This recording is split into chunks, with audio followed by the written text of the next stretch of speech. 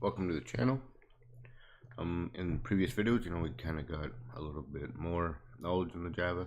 We learned loops and looping structures, so we can actually go back to our temperature converter, and we'll do that in this video. We're going to go and open our temperature converter and maybe just add some more functionality to our temperature converter program we've been working on. So now it's a very basic program still. It will, come in and kind of ask the user now. We'll just run it and kind of see where we're at in this. Alright, so it comes in and now it will ask the user for a number. You want to do off the menu, would you like to take a number from Fahrenheit and convert it to Celsius, or from Celsius to Fahrenheit? We'll just click 1, enter your temperature in Fahrenheit, so 212 we say, and 212 degrees is equal to 100 degrees Fahrenheit, and then the program kind of kills itself. So let's try to figure out a way now that we can implement our looping structures in order to continue this running, and we can continue to get everything going over again. So we learned about the loop and what we have that available to us, the different types. We have the while loop, the do while, and the for loop. So in this one, we'll just actually use the do while. Alright, and the reason we're going to use the do while in this program is because we know that when the program is running, it will at least run the program, or sorry, when the loop's running, it'll at least run the loop one time before it's evaluating. And in this form, you would like to probably at least run the loop one time to, show them, at least show this. You got to get this out and show the menu when the program starts up, or else you won't really see anything, and you won't really ask the person afterwards. So let's just get it started here. We'll just come up on the top, and we'll just write out the block do, and we put it in brackets, the curly brackets, and right after we type while, and then we give our condition with a semicolon. Right, and then in here, now this would be our condition. So up here we can just kind of, or we actually already have a value that's going to be kind of our exit strategy right here, and that's the 3.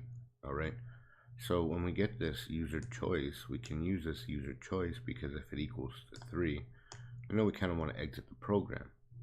But at the same time, we can, re-loop this to bring it back out so that it comes and asks the menu item again. Once the output has been given, it could come out and say, would you like to exit the program, or would you like to, continue to get a value? Because, people probably have more use for it, or it could run a little bit longer. So at this point, we can actually come up here and say is user choice underscore choice equal to 3. So we'll just do everything in this block until the user's choice is equal to 3. And now this is fairly simple. You know that the do while is up here. Now we could take everything inside this code we want, inside these blocks, we want to have it loop or redo the code each time. So we would probably want this to be printed at least once and redone. We would like for this to come with it. You can't leave that out. And we want this to follow as well, because it's kind of the main structure of the program depending on the input or output that the user has given us, right? So we could actually take this right here and we can drag it right down, because it's the bottom of this section to right about here. You can tell that because this is a closing block for the switch, which would be your very last main chunk of code. So very simply, we got our do. We just take it from here. We can control X that do. We can just drop down to here and control V that in now. Now we are inside these blocks, so it kind of makes the code a little bit less readable at this point. We can come up. Now that we know that we're inside this do, we'll just take all that and we'll tab one time. Alright, fairly easy. We now kind of put a looping structure to the program. We'll just come down here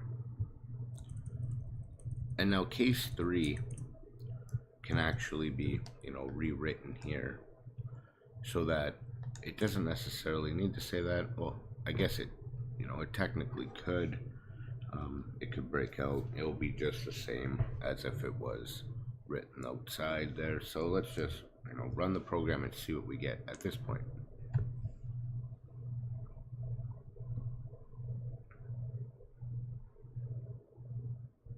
Okay, perfect. Program's running. So let's do a Celsius to Fahrenheit. Hit 2. We'll go 56. Alright.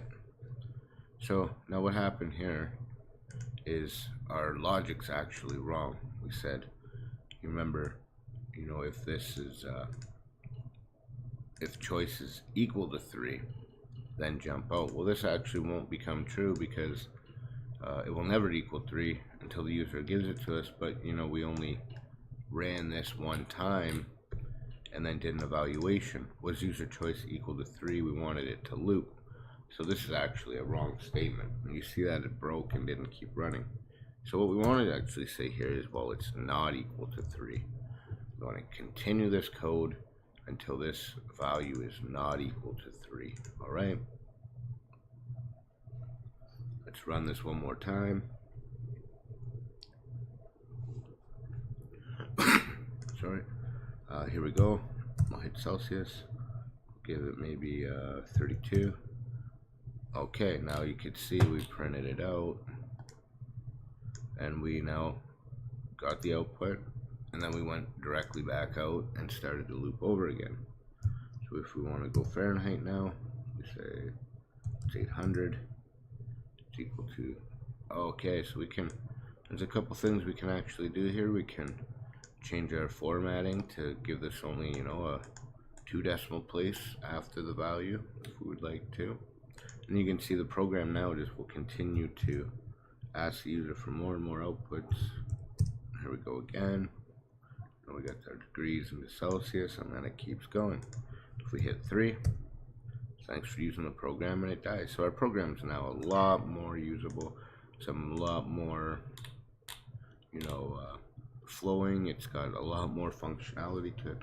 Still kind of, it's bunched up. It's not continually. It's giving you these values. It's not kind of overwriting, make it look pretty. But that's nonetheless. We can work on that later. It's not really a huge deal.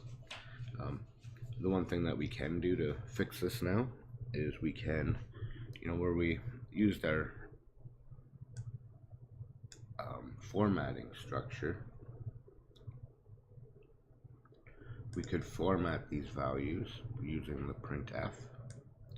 Now, instead of just leaving them to output in this form, we could very easily just go printf, and then now we will have to, instead of the concatenation here, we're going to take this and we're going to go %.2f for that value. We can now take this value out too. We do not need the concatenation in here anymore. And we could do the same thing right here. We could say %.2f. Alright? Oh, not $, percent. Okay? So now that's going to give us the values, but they're also going to be only 2 decimal places at this point. And now we're going to have to give a new line at the end because we are using a printf instead of the println, so the new line feature. And now we can actually come up here and we'll do the same thing right here. We'll just say, oh, actually, just before we go here, you might see I missed something in this f. We have 2 specifiers that we've put in. We still need to add our 2 values in over here. Okay, so now this one was Celsius.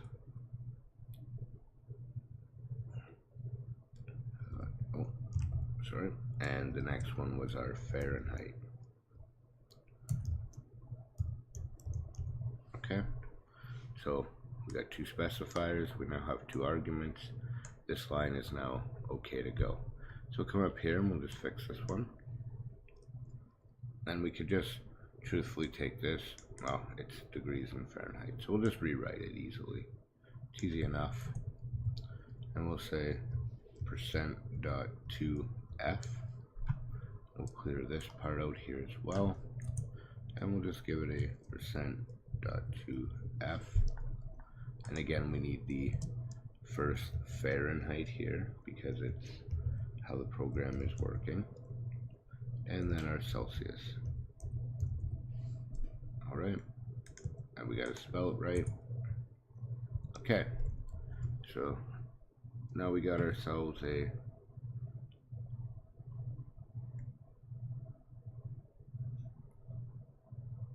what happened here? Let's see. Put this new line in. And this is a print ln. We forgot to put that to a printf. Alright, that's it. So, very easily we can now look at our program logic. And this time, before it goes on, we're going to actually give this a, we'll go up here.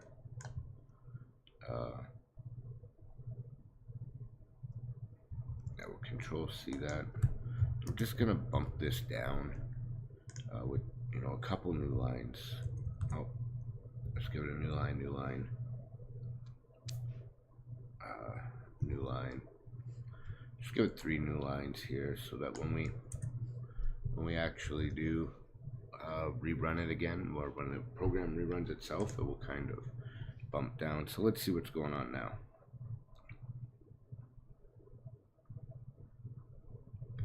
Alright, it is kind of far down now. It looks kind of awkward, but it will be for the later on. So we'll hit 2. We'll give it our temperature in Celsius, 32. Alright, now you can see we're actually just getting degrees in Fahrenheit rather. We can continue on now. The program continues. It jumps down a little bit and says 3. Now we could actually, instead of doing this here, we can now prompt the user, would you like to continue? And then that would actually give us the go ahead to continue on. But I mean, for now, this is it loops, it works. It's giving us values. It's giving us very precise formatted values now. So we're doing pretty good, and that was fairly simple to just, and if you want to stop it, then you have to hit your 3 now, and we're out of there. Okay, so the program is flowing fairly easy. We just added a do and a proper statement in our while and wrapped it up in our code, and now we're looking a little bit nicer here. Again, there is we could get these values a little nicer. There's a couple more things that we should add to this, but we have to go and learn a couple more things in order to make it really work properly, clean it up quite a bit more, and optimize this program quite a bit more. So we'll just go and leave it at this for now. We added the looping structure to it, so have some fun with that, and we'll do some more work to it. We'll definitely keep going with it. We can add more more values here as to Celsius to Kelvin or Kelvin to Celsius, and we can look at the different temperatures and kind of build a really nice temperature converter program out of this. So that's it for this video. I'd like to thank you for watching. If you have any comments or questions, leave it in the comment section below. If you have any ideas for future, do the same, please. If you like the video, give it a thumbs up, and if you could, subscribe and check out the rest of the channel, it'd be great. Catch you in the next video.